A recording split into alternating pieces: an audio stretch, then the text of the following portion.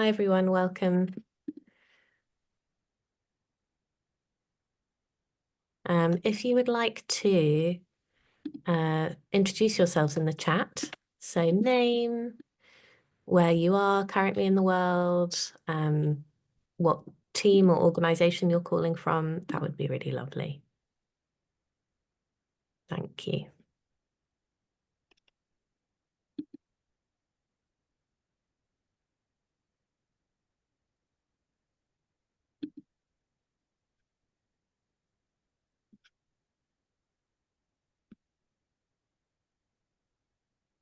Amazing. Christy in Berlin. Hi, Christy. Hi, Christy. Nice to see you here.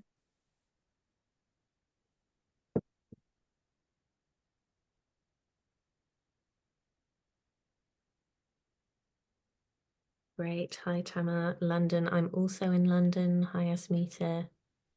Oh, amazing. From the RCA. Elaine, UNICEF Youth Advocate from Belize. Very pleased to have you. Thank you for joining us.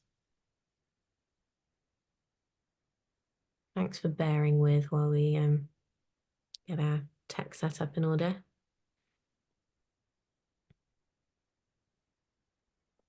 If you're just joining us, if you could share in the chat your name, who you are, where you're calling from, that would be so nice. Thank you. Istanbul, Turkey. Amazing.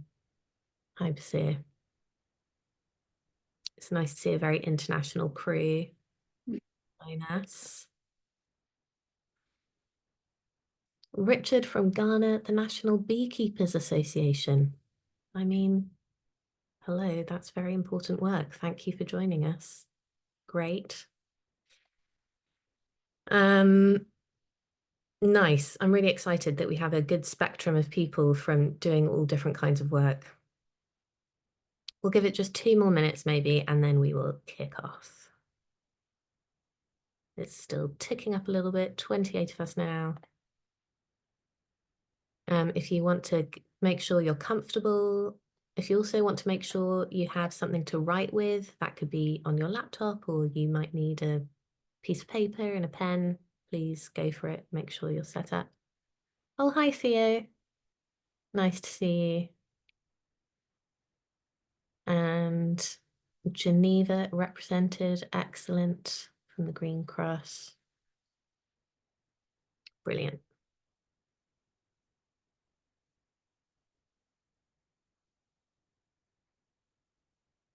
Lovely. Hi, Janet. Ah, from South Wales. That's where my family hails from, half of it anyway. Welcome. Zoella from Albania. Yeah, we are thrilled. Thanks, Lauren. Do you think we're ready to kick off? Perfect. So hi everyone, my name is Hannah, Hannah Thomas-Uwase, and I run a consulting firm called Align, which supports organizations with their strategy and structure. And I've been working with Lauren and the team at UN Global Pulse on research around how imagination and creative practice can support organizational transformation. And they'll tell you a little, Lauren will tell you a little bit more about that research.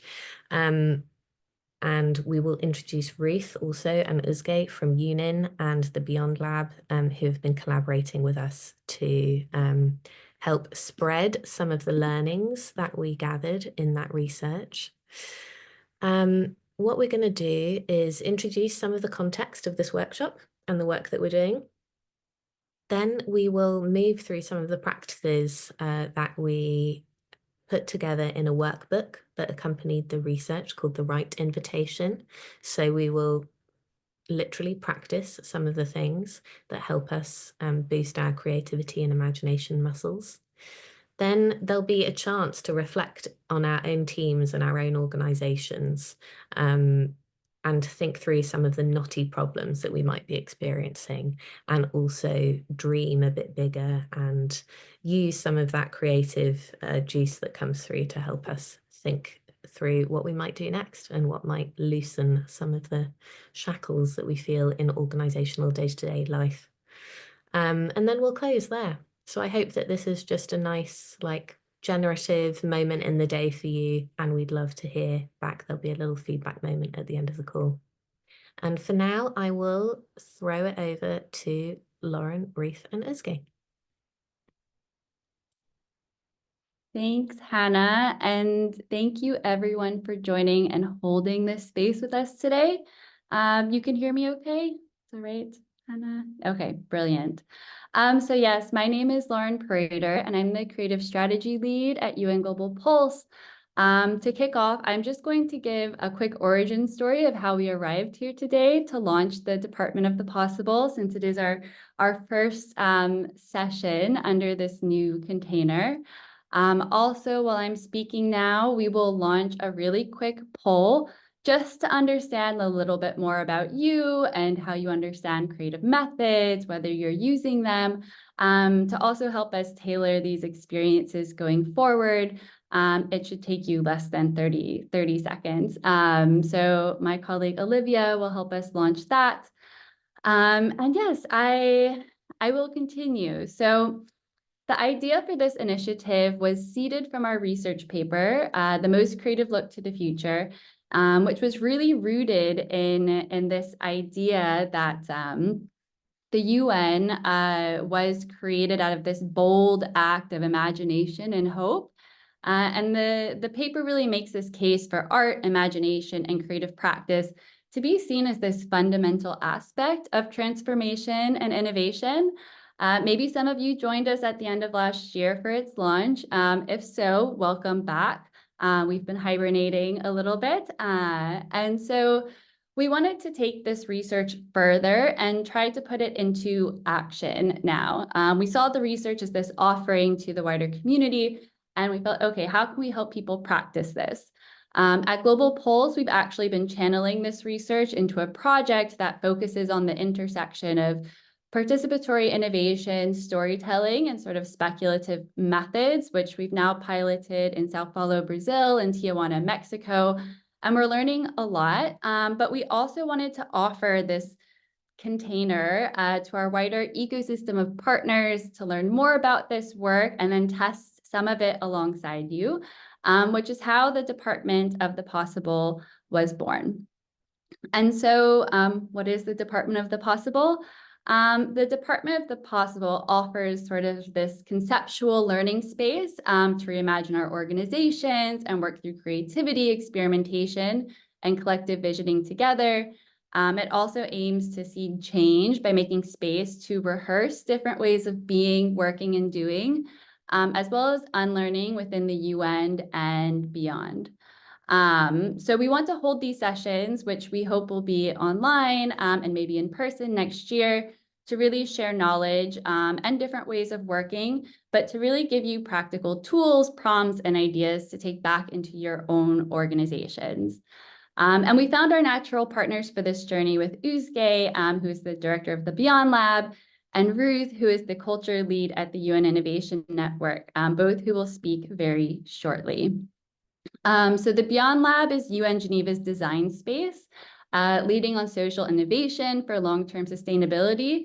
And it's one of the few initiatives that I know of, at least, that is really intentionally focused on issues like regenerative design, post-growth, and seeding creative practice as a method for transformation. And Ruth comes from the UN Innovation Network, which is very much the go-to place for knowledge sharing and community building that promotes innovation in the UN system. She has long been an advocate and ally in pushing for these creative ideas and community-based approaches to systems change.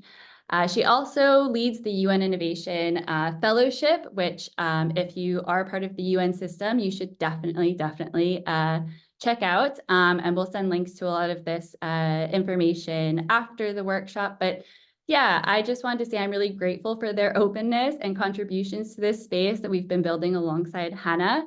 And so I think I will end that there and hand over to Özge and then Ruth for a few words before we kick off the next parts of this workshop.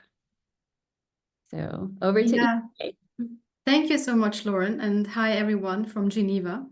I think there were already some people on the call from Geneva, so very nice to see that. As mentioned, my name is Özge. I'm not going to tell you what the lab is, but just to say that when Lauren told me about this project a while back now, I really felt that, as you were saying, Lauren, there's this very natural coming together, because in the end of the day, creative practice is something we are really trying hard to cultivate within the lab.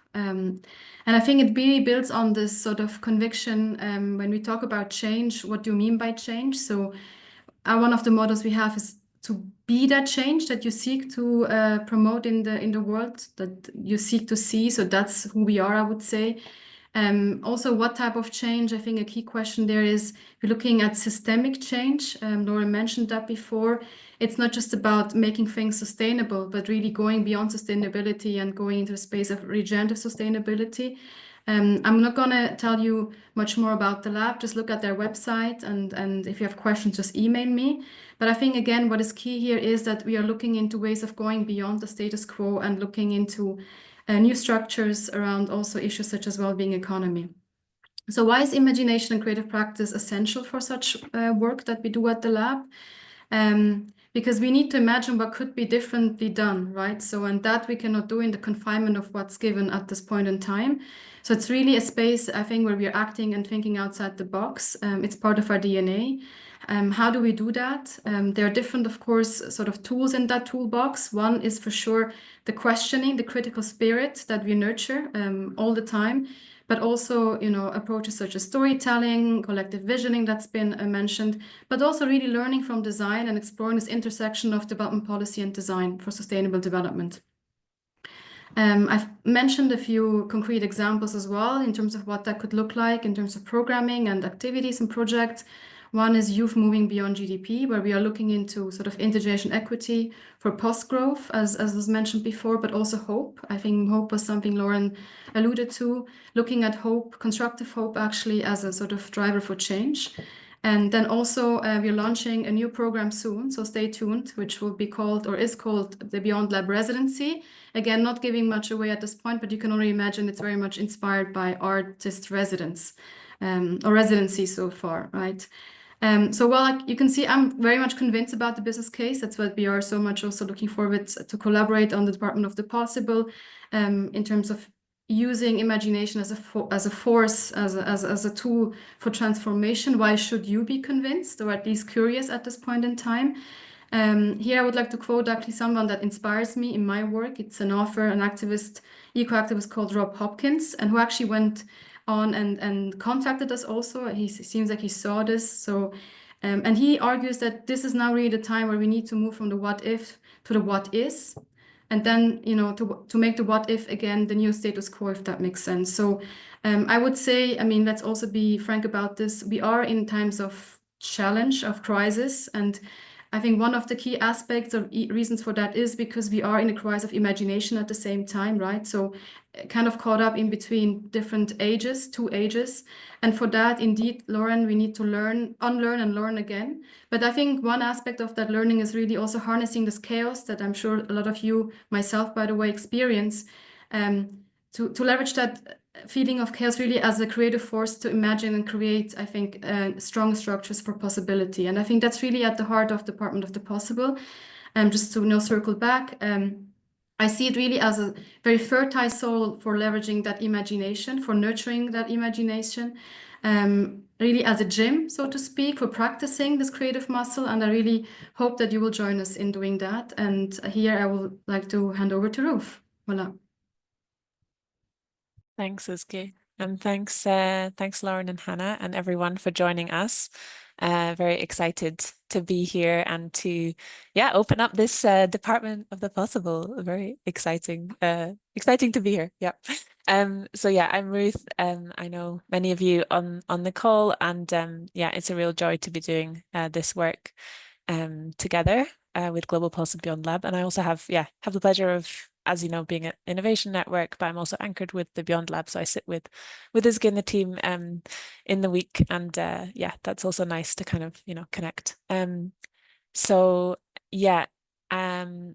This this idea of kind of from what is to what if that Isga just mentioned, and problem to possibility, Lauren, that's something you often say. I think that's super exciting. And of course, as you said, Isga needed very much at the global and kind of, you know, yeah, existential level as a society, and also needed very much within our institutions within the UN. And I think something that inspires me in this work is that, yeah, we kind of often can get sort of, or the structures and the systems that we exist within can kind of encourage this sort of what is mindset, and that's the way it is, it can't be changed, and this is my entity's perspective. And I think creating spaces where we can say what if, and imagine if we did this differently, or we did things in this way, what could be possible. And I think that's something I've seen again and again as like a possibility, that when you create different types of spaces, different things become possible, whether that's through some of the work with Young UN or also with the innovation culture work that I'm leading on at the moment. So yeah, just a couple of words on the culture. So Isgay also mentioned the idea of soil, and that's something I also often refer to with culture. Like if you kind of plant, you know, a seed in two different types of soil, in one it will flourish and in one it might expire. And thinking of culture in that way of like, what's the soil that enables us to be and live, you know, our creativity or our collaborative instinct, and finding ways to not just think about that, but then actually do that right now and practice that right now and create these ideas, these like little bubbles of the future, I think is something I often like to think about. And yeah, I think a lot of the work we're doing through the culture work at the moment, we have a practice garage, which is all about kind of, yeah, creating a space where we can come and practice different, yeah, methodologies, ways of working together, also through the fellowship that you mentioned already, Lauren. And I think maybe just to wrap up this idea of like, how do we create a new pattern, like get away from these patterns that we see, yeah, that can be quite damaging at many, many, many scales at the same time, whether that's humans over nature, thinking we can dominate, or within and among societies, kind of where are the different ways and spaces that we can sort of change that pattern to invite everyone to the table. So yeah, very excited about what's to come and inviting all of you. I know this is a kind of more of a broadcasting and a bit of interaction here today, but also this is very much an open invitation, I think, to create this department of the possible together. So looking forward to imagining that with you. And I will hand over to you, Hannah. Thanks, Ruth. Yeah, thank you for introducing yourselves and the work that you're doing. Okay, so we're going to practice. We're going to do one of these exercises from the Right Invitation workbook. And I noticed in the poll that we have a real spectrum of people, some people who feel really familiar with using creative practice when it comes to innovation, and some people who are coming to this and it's all new. So wherever you're at, that's fine. And we're sort of riffing off the exercise because I know some of you have already done that with us. If that is you and you've already taken part in this exercise, either in a group or alone, just let yourself open up to a different memory to call upon when we get to that. So wherever you are, make yourself 10% more comfortable. And you can adjust your temperature, you can adjust where you're seated, especially because we can't see you. So you can lie on the floor if you'd like to. And if you're on video, you can come off video if that feels more comfortable. And just take 3 deep breaths. So breathing in and breathing out. Let's do that again, breathing in. Noticing any tension you might be holding, and breathe that tension out. And last one, breathing in. Acknowledging this has been a hectic week for all of us, and breathing out. And if you notice any tension in your shoulders, your jaw, between the eyes, just invite that to relax a little bit. So you can keep your eyes closed and bring to mind a time when you felt really creative as a child or young person. Maybe you were drawing or painting, maybe you were dancing, maybe you were outside, involved in some big imagination game with your friends. Anything that comes to mind, the first memory is probably the right one. And really move into that memory. Notice the details. Where were you? Were you inside or outside?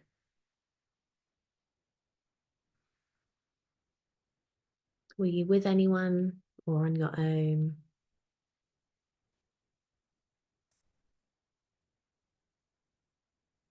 And how are you using your hands or your body in that memory?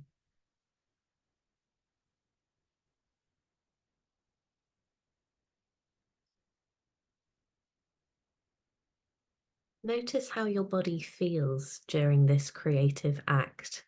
What sensations or emotions are coming up? Do you feel joy? Do you feel deep concentration and focus? Do you feel free in some way? And what about it feels free? What specifically?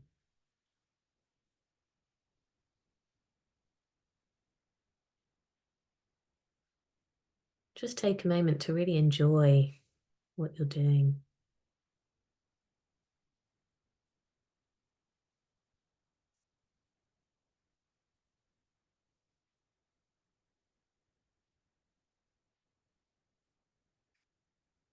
And now I'll invite you to step outside of that memory and return to your adult self and look back at yourself as a young person engaging in this creative activity. And if it feels good, you can introduce yourself and say hello.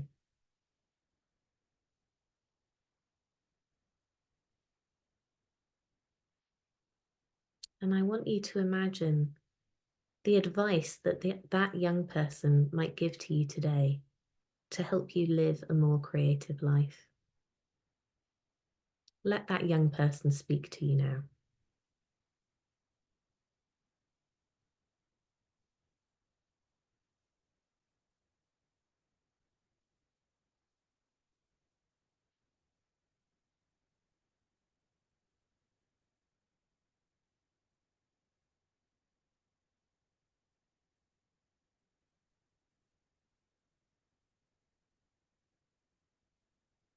I want you to take that advice to heart. And if you have any words to share in return, please do so.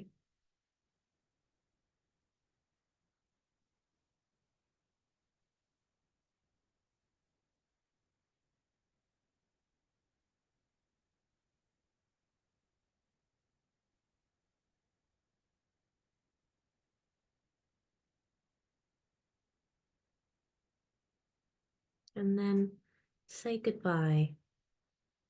Maybe give them a quick hug and a squeeze and come back to the present moment. And you can open your eyes. And thank you, Kate, for sharing some of the words. I'm assuming this comes from your younger self. Don't be afraid of the mess. I love that. Would anyone else like to share what you heard, some of the advice? Mine was put on music and dance. So I found that really useful. I need to do a bit more of that. Don't overthink about the results. Thank you, Asmita. Use your voice. Let yourself just be in the moment. You should play more. I love that. Woo! Mischief is the path of awareness. Is that? That's incredible. Look out for beauty. I love that. Ethics. Ethics can be anything you want it to be. Keep trying. It's totally fine if the first time your idea is not understood. Have fun. Give yourself over to it, follow the flow. Don't be afraid to be as bold as you are. Keep your inner child alive and nurture it. Be courageous even when afraid. Keep doing everything you're doing. How incredible are these? I feel like ooh, mysterious. Use the pink and purple. Wilhelmina, that's incredible. Thank you so much for sharing these. I feel like these are all worthy of being written on a post-it and being put by your desk. You are enough the way you are. Thank you, Rowan. These are lovely. Okay, so I would like you to just think a little bit now, just for a minute or two. We're just going to reflect on how might you bring that young person's advice into the spaces that you live and work in today. So Rafaela, keep having fun catching crabs at the beach. I'd love to know if you still live by the beach, if you can implement this advice, or what the equivalent might be in your life now. So yeah, how are we going to integrate some of this, and what can the other young people in our lives teach us about how to be more imaginative in our day-to-day work? Just a minute reflecting on this. I'm going to try and get out of the sun's glare here.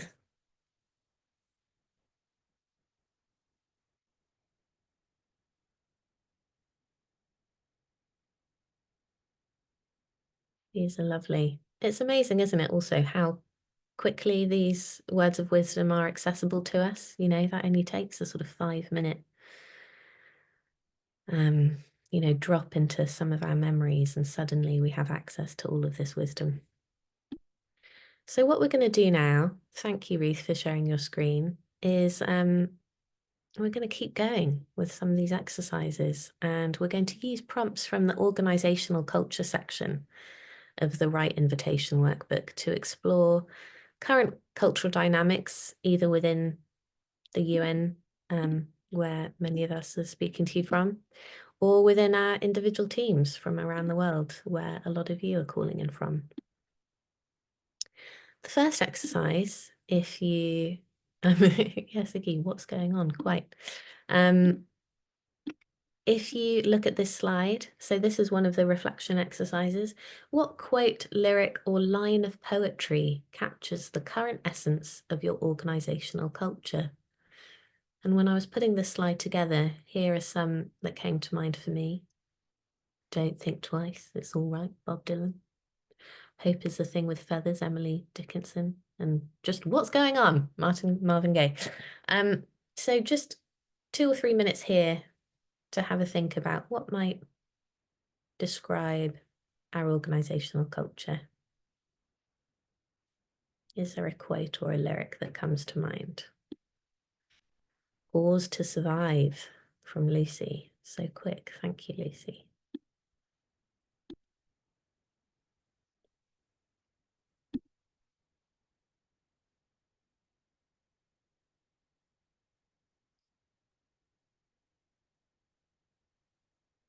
And feel free to share if something comes to mind.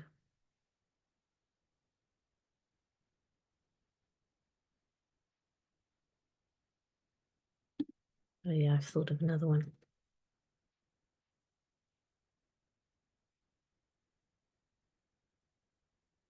Great. Yeah. Changes. Yes, that's really good.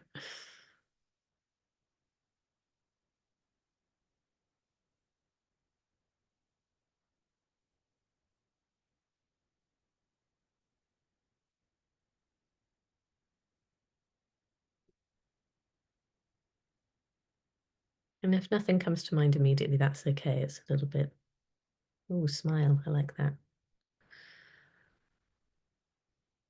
Oh, Lucy on fire.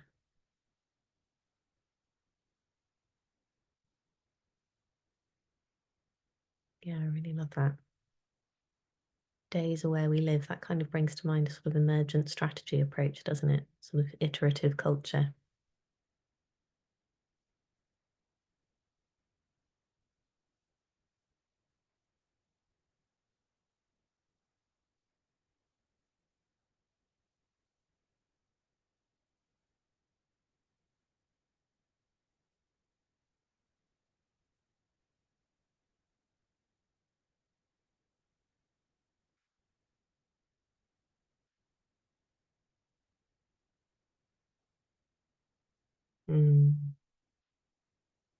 Yes, thanks, Ruth. Another world is not only possible, she is on her way. On a quiet day, I can hear her breathing. Oh, yes, Chumbawamba. I get knocked down, but I get up again. Excellent choice. Yeah. Just another minute or two here if you have anything that comes to mind. If not, don't worry. We have a few things to do on this call.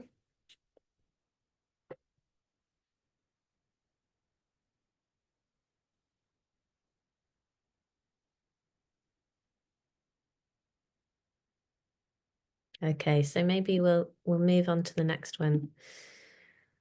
What about the stories of your organization's culture?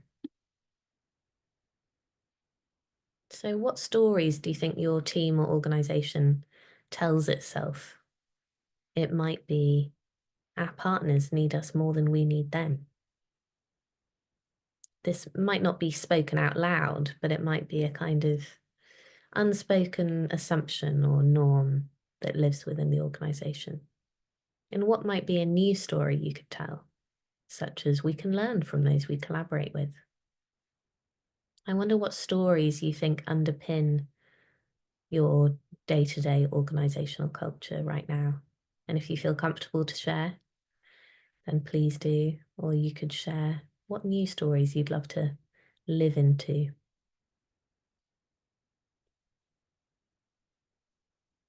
From Mina, we need to empower young people in ways that challenge the status quo. Kate, it's beyond our control. Yes, I mean, that's such a common story, isn't it, that organizations can hold, especially right now. It's too risky, also very common.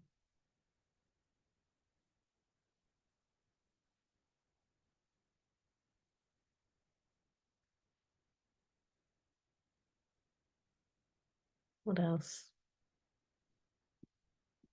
We're too busy to slow down. Yes. That kind of urgency accelerator.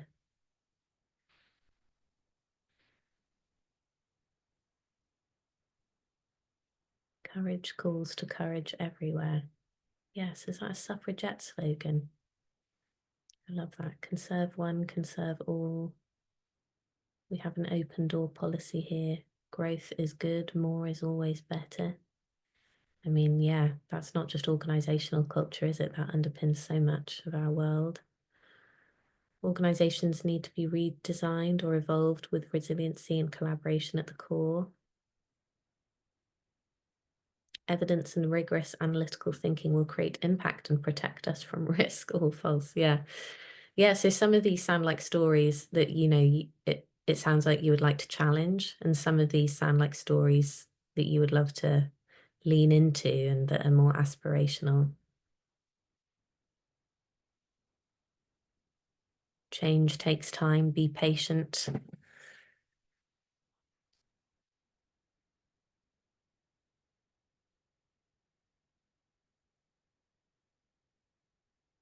Yeah. Well, what this tells me is that you're all very reflective and observant, of the cultures that are going on around you, which is, I feel like that is such an important ingredient of creativity, that we're noticing, we're paying attention to what's going on. So these are great. Thank you so much for sharing. And then lastly, in this section, how are staff, if we could just move on to the next slide. Thank you. Are staff in your team or organisation incentivised and rewarded for demonstrating creativity and imagination? And if not, how might that obstacle be addressed? So this is a bit of a bigger question here. Do you feel it's welcome in your context to bring a creative approach? And if not, what might need to change?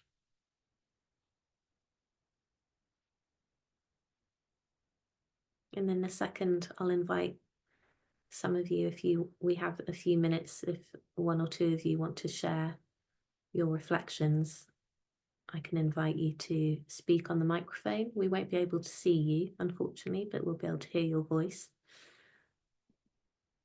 So if you'd like to share a few reflections on the mic, please put your hand up and we'll be able to call on you.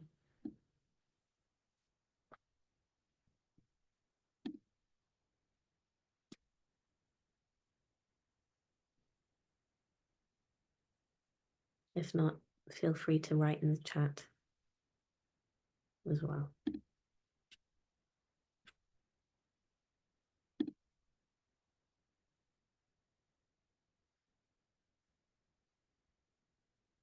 Would anyone like to share any reflections? Mina, yes, go ahead. Hi, thank you. Yeah, I think they are, but working within the multilateral system sometimes, at least something that I struggle with even on working on projects outside of my team.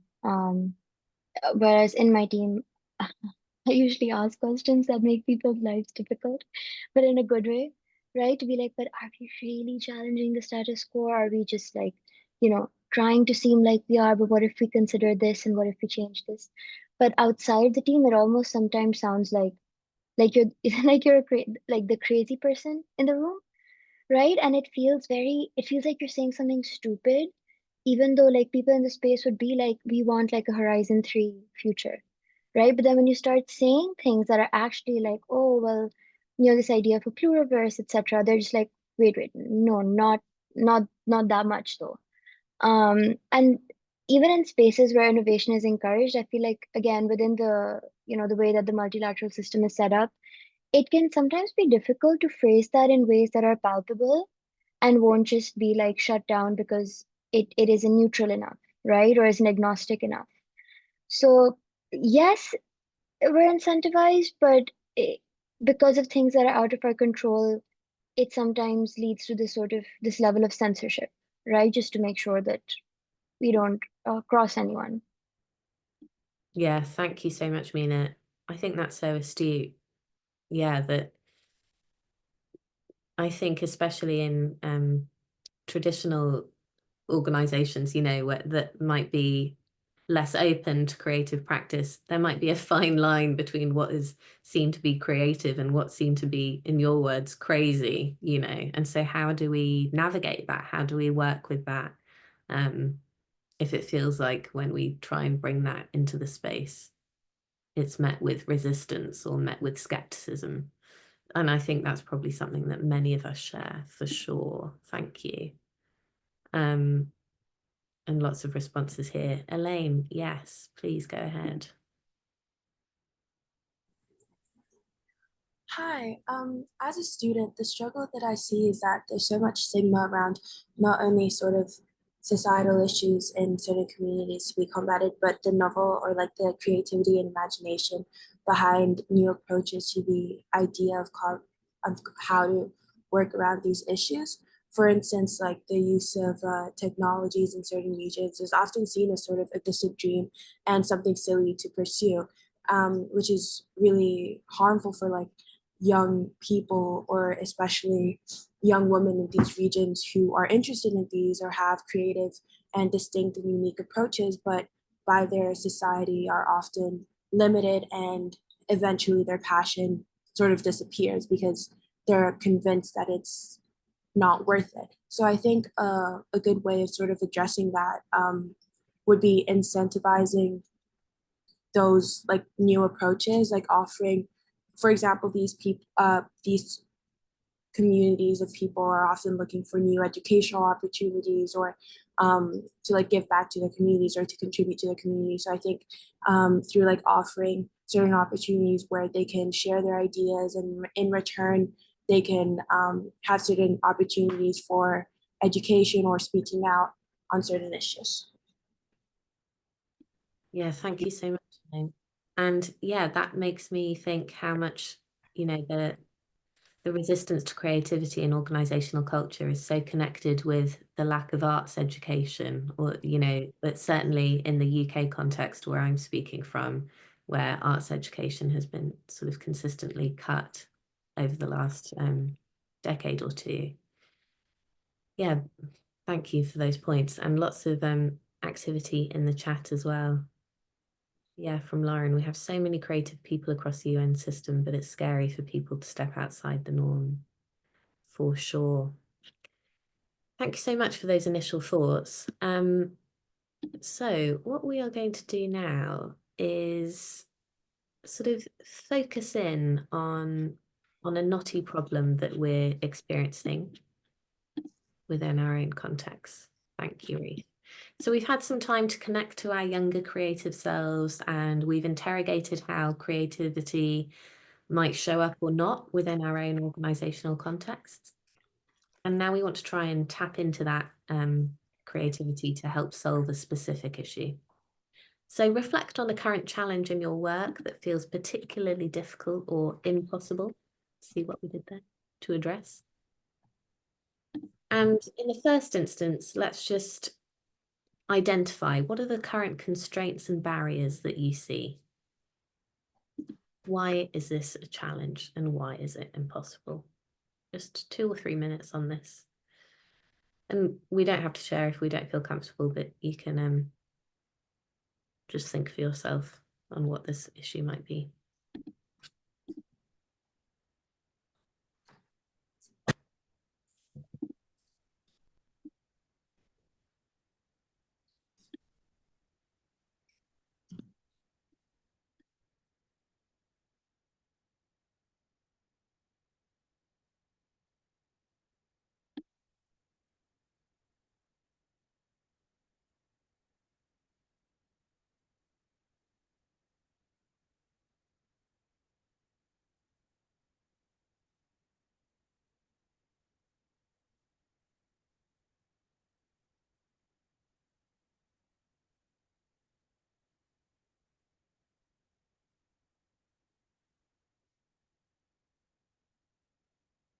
And maybe when you've identified a problem, you can just let me know by putting an emoji in the chat, just so I know you're ready.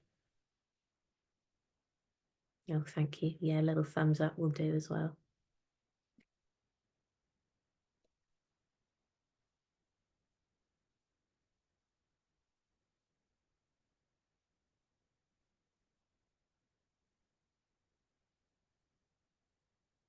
I love all these floaty emojis. I didn't know that this was a thing.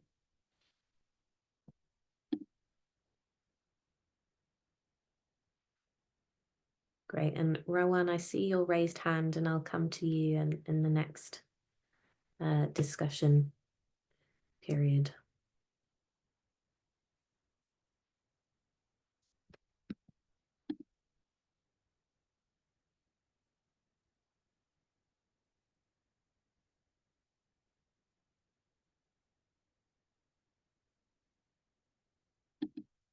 And if you've identified your current knotty problem, if we could move to the next slide. I'd love you to take a few minutes just to collaborate with that inner younger version of yourself who was so good at tapping into their creativity, and just collaborate with that part of yourself to brainstorm some solution that might currently in your day-to-day life feel out of reach. And don't be afraid to think of the ideal scenario, just the dreamy, perfect solution.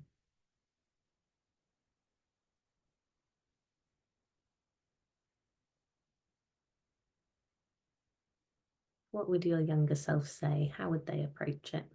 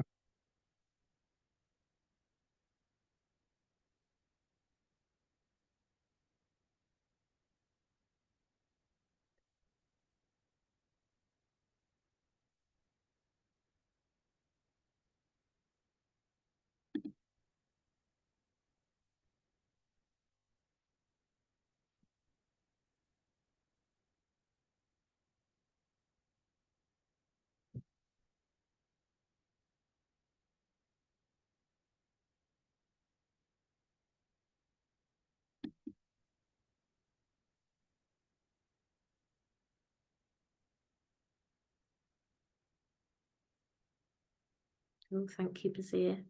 Okay, we have some solutions coming through. Where are people at? Do you have some ideas coming up?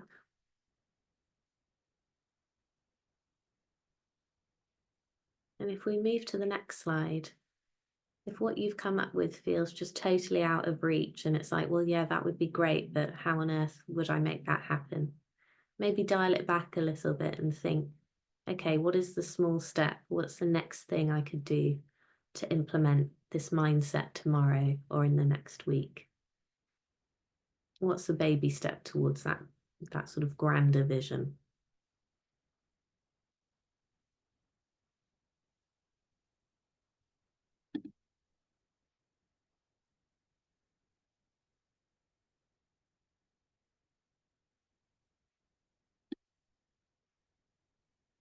Oak the network. That is very evocative in and of itself, Bazir.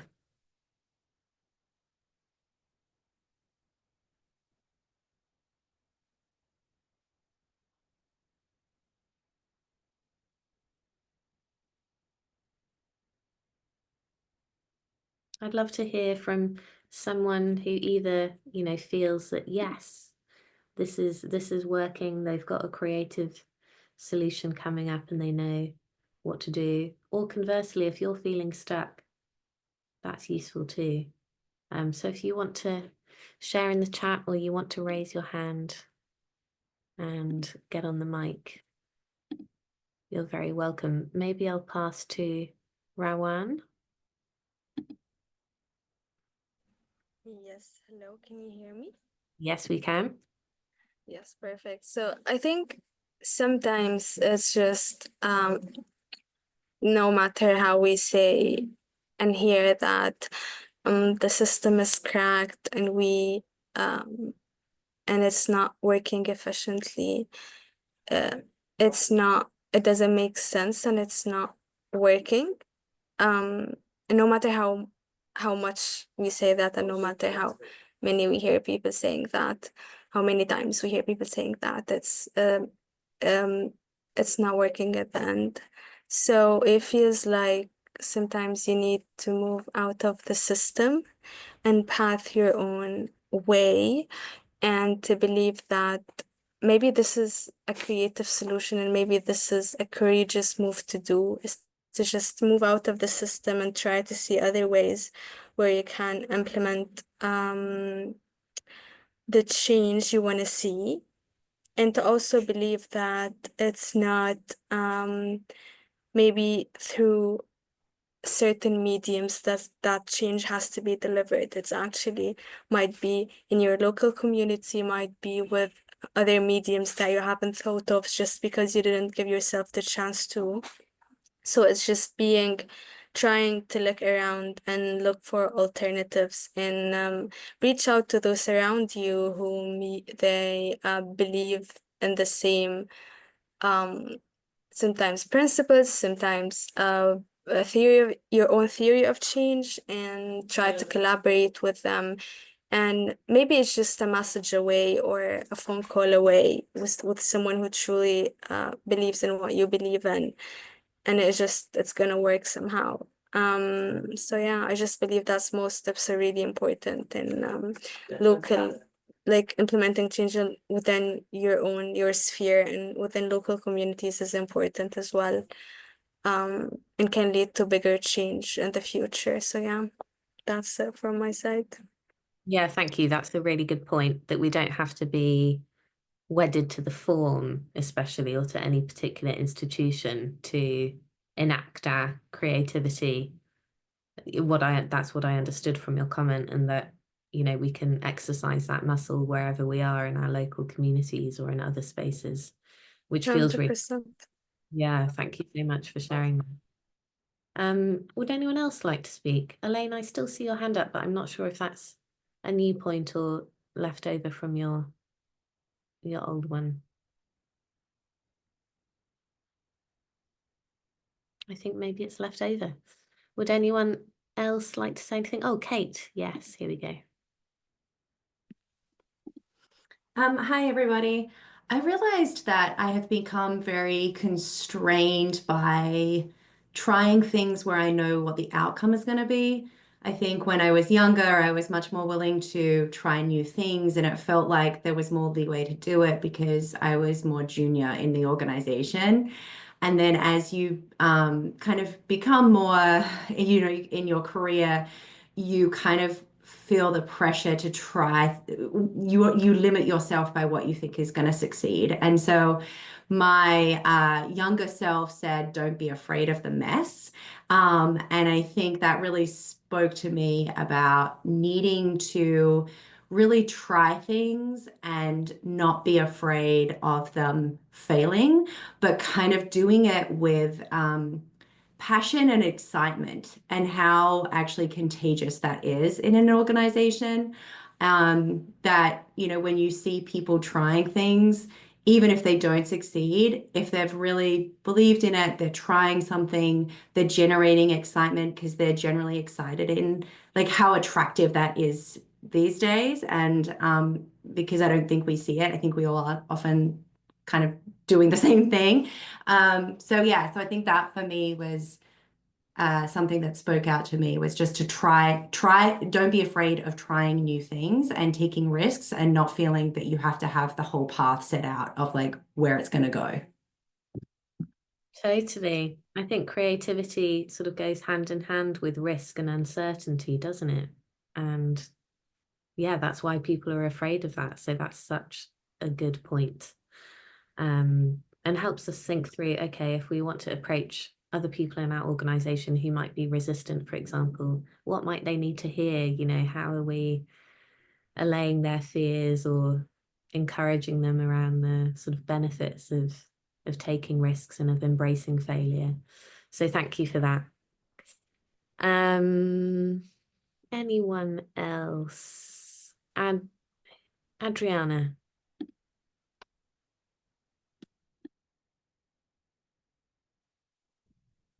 Or Ariana, was that you with your hand up?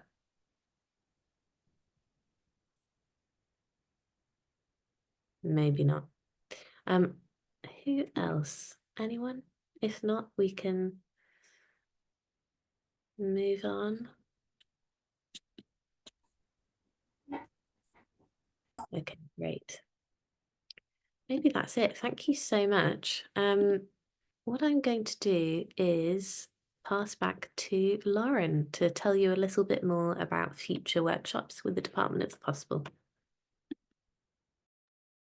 Thank you, Hannah. And I'm just going to also, before I jump to the end, we're going to share some tools and materials with you all to take home with you.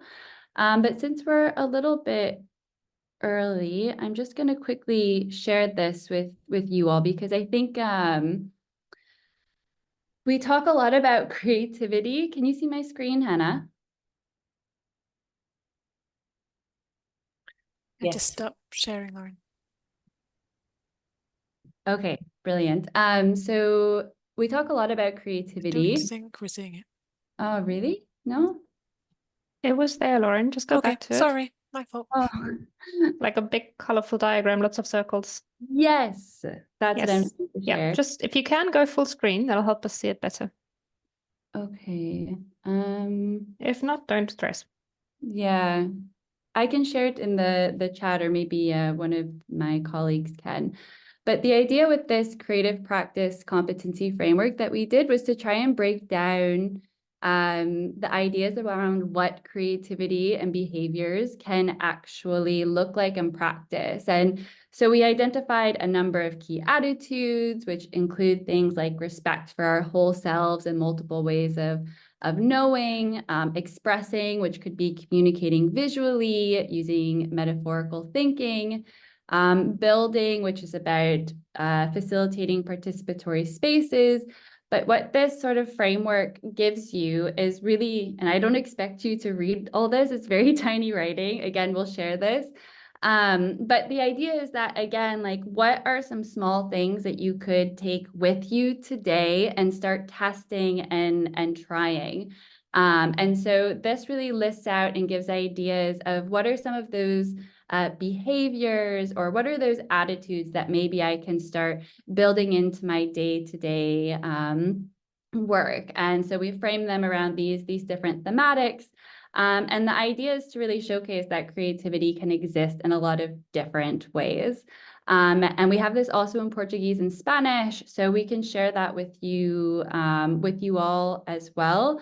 But yeah, it's quite a nice visual to kind of expand and deepen again what it means to be creative, especially in our organizations.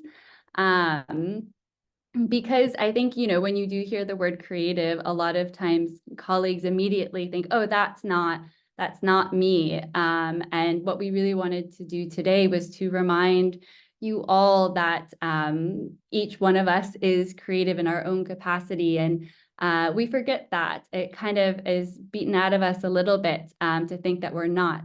And so we wanted to revisit that with this sort of opening and acknowledgement of the Department of the Possible, and to share some of these things with you all today. But yeah, thank you again for your interest and participation here today. It's, I think, really been a dream for us to bring this into the world. And we look forward to hopefully seeing you in future gatherings and spaces together. You all are now officially a part of the Department of the Possible.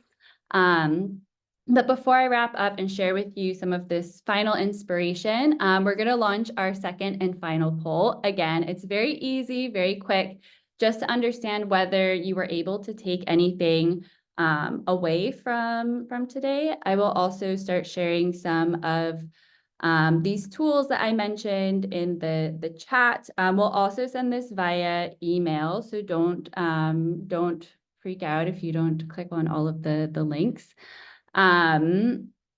But yeah, so if my colleague can just go ahead and launch that, we'd be really grateful to also help us understand whether this was something valuable today.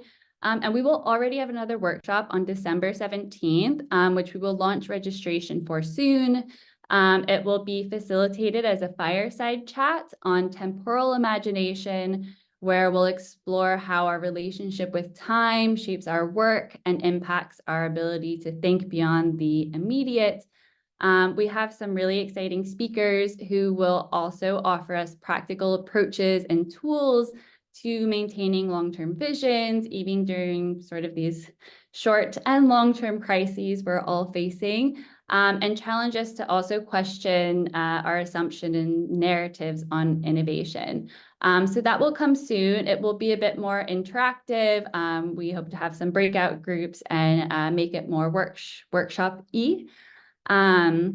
But yeah, I'm going to just wrap up now and share with you a final piece of inspiration. And so for me, this moment in time, we are really being called to rethink our capacity for imagining and trying to redefine what is possible amidst the impossible. I think I hold, alongside many others in this room, a steadfast belief that another world is possible. And somebody shared that beautiful quote earlier. And whatever comes next is an act of collaboration. So we're going to have to connect with each other, find our people, and get to work.